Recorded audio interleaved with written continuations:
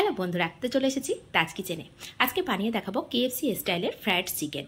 আর এই কেএফসি স্টাইলের বানিয়েছি, কিন্তু কেএফসির যে আসল সিক্রেট সেটা কিন্তু জানা কারোর পক্ষেই সম্ভব না। তবুও আমরা চেষ্টা করেছি যে অনেকটা যে টেস্ট আমরা খাই, যখন যে টেস্টটা পাই সেই টেস্টটা যদি আনা যায় তাহলে স্কিপ না করে সম্পূর্ণটা দেখার অনুরোধ রইল। তো বাড়িতে যে রেগুলার চিকেন আসে সেই চিকেন থেকে আমি এখানে লেগ পিসগুলো আলাদা করে তুলে রেখেছিলাম ফ্রাইড চিকেন বানাবো বলে। তাহলে এখানে এই চিকেনগুলোকে খুব ভালো করে আমি একটু ভিনিগার দিয়ে 5 মিনিট ভিজিয়ে ধুয়ে রেখেছি।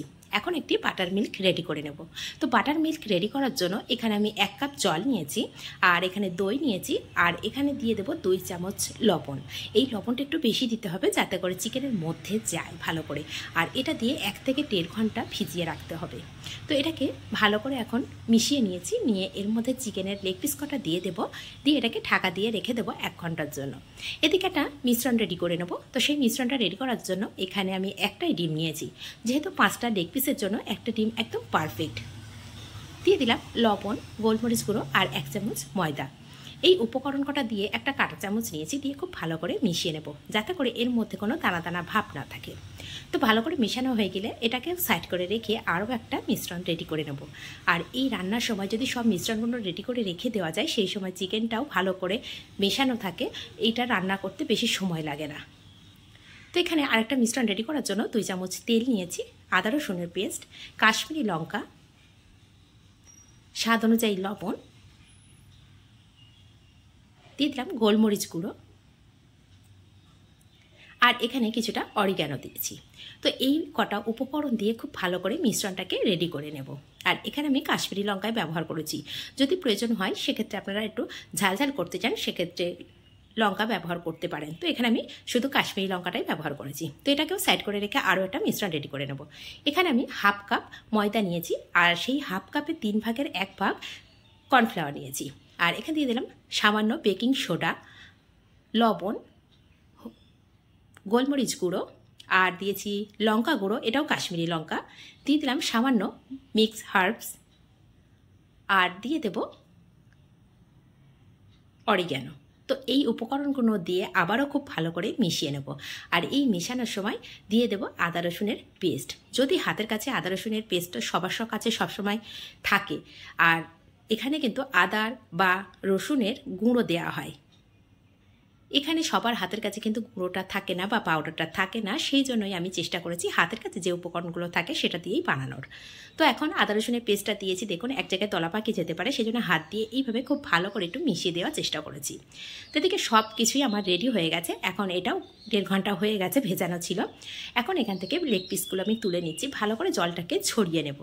আর জলটাকে ছড়িয়ে নিয়ে ভালো করে তুলে নেব, নিয়ে এর মধ্যে যদি সামান্য জল থাকে সেটাকেও খুব ভালো করে ছড়িয়ে দিয়ে এখন টিস্যু নেব, নিয়ে জলটাকে খুব ভালো করে মুছে দেব যাতে করে লেগ পিসগুলো একদমই শুকনো হয়ে যায়।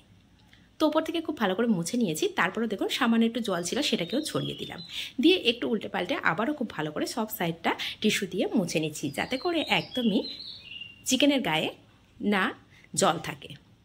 এদিকে যে মিক্সটা রেডি করে রেখেছিলাম না, সেটাকে দিয়ে দিলাম,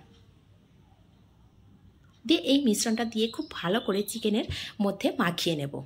মাখিয়ে এটাকে সঙ্গে সঙ্গেও নেওয়া যায়, তো আমার কাছে মনে হয় এটাকে যদি 10 মিনিট রেখে দেওয়া যায় সেটা আরও ভালো হয়, তাহলে মশলাগুলো সম্পূর্ণ চিকেনের মধ্যে যায়।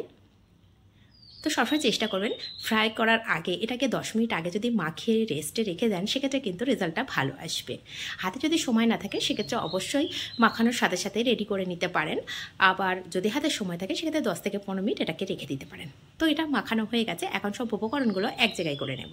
তো এদিকে দেখুন চিকেনটাও আমার রেডি রয়েছে, আগে যে ব্যাটারটা রেডি করেছিলাম ডিম দিয়ে সেটাও সাইডে আছে, আর এখানে ময়দাটা নিয়েছি।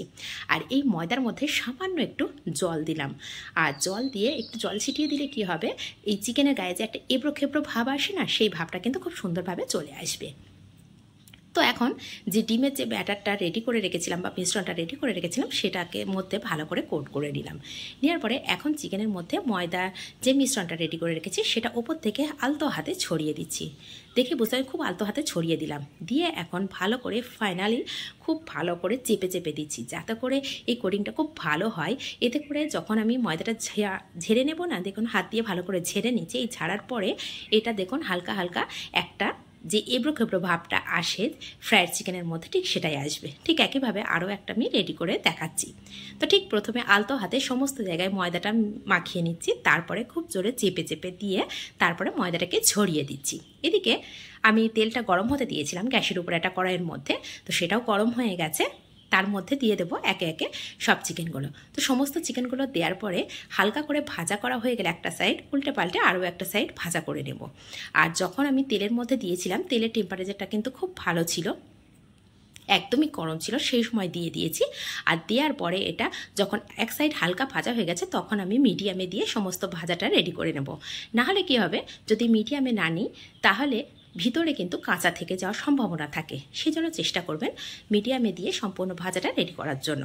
আর এখানে 60 থেকে 70% কুক হয়ে যাওয়ার পরে, ভাজা হয়ে যাওয়ার পরে এটাকে আমি তুলে নেব, নিয়ে ঠান্ডা করে নেব। ঠান্ডা করে আবারও কিন্তু আরেকবার ভাজা করব।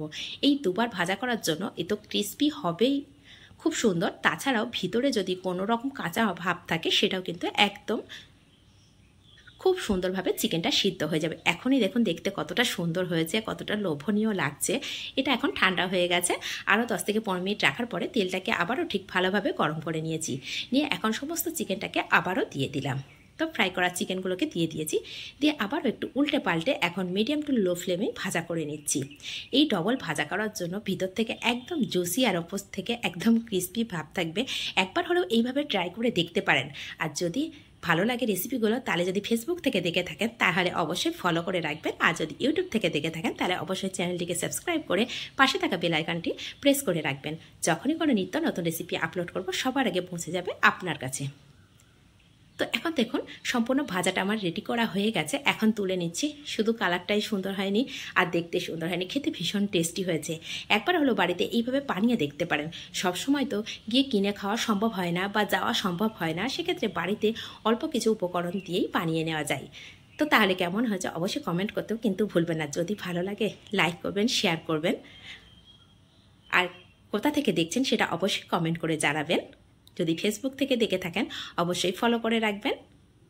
আর দেখুন যে এবড়ো খেবড়ো একটা ভাব আসে না, সেটা খুব সুন্দরভাবে এসেছে।